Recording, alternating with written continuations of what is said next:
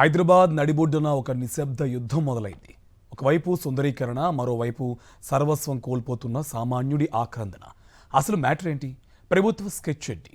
వందల కుటుంబాల భవిష్యత్తును ఒకే ఒక్క సంతకంతో ఎలా మార్చేస్తున్నారు? Take a look. Madhu park ridge apartments.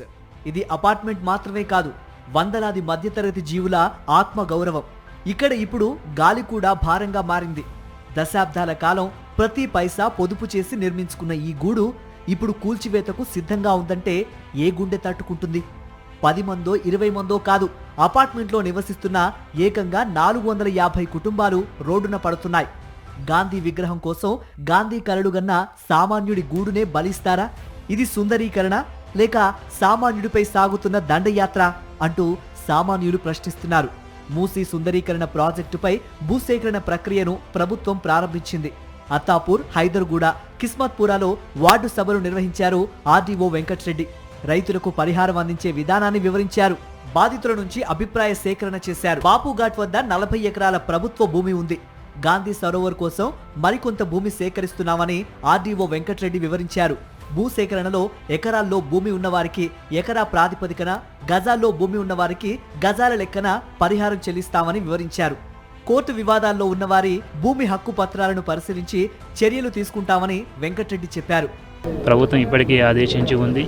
ఎక్కడైతే భూసేకరణ జరుగుతున్నామో అక్కడ నష్టం జరిగే అవకాశం ఉంటుందో ఉదార స్వభావంతో చట్టంలో ఉన్న అంశాలన్నింటిని కూడా పరిశీలించి ఎంతవరకు అవకాశం ఉంటే అంతవరకు నష్టపరిహారం చెల్లించే విషయంలో కూడా ఉదార స్వభావంతో వివరించమని కూడా ఆదేశించడం జరిగింది. కాబట్టి ఆ యొక్క రైతుకు పూర్తి అవగాహన కల్పించేసి వారి యొక్క నిర్ణయం మేరకు నష్టపరిహారం చెల్లించే విషయంలో ముందుకెళ్తామని కూడా తెలియజేయడం. 90 ఏళ్ల వయస్సు, పండుటాకు లాంటి ప్రాణం.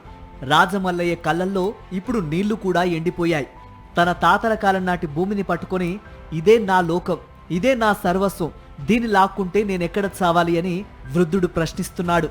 ఒకే సర్వే నెంబర్లో భూమి కలిగి ఉన్న 6 కుటుంబాల ఆర్తనాదం అరణ్య రోదనగానే మారనుందా? మూసీ రివర్కు ఎఫ్టీఎల్ నిర్ధారణ చేయకుండా భూసేకరణ ఎలా చేస్తారని బీఆర్ఎస్ నేత కార్తిక్ రెడ్డి ప్రశ్నించారు. మూసీ సుందరీకరణ అని చెప్పి వేలాది మంది జీవితాలను నాశనం చేస్తూ వందలాది రైతుల యొక్క భూమి లాక్కొని ఇదొక వ్యానిటీ ప్రాజెక్ట్, అంటే ప్రభుత్వానికి చూపించుకునే ప్రాజెక్ట్. దీనివల్ల లాభం అనేది ప్రభుత్వానికే కానీ ప్రజలకే కానీ ఏ కోణాన కూడా లేదు.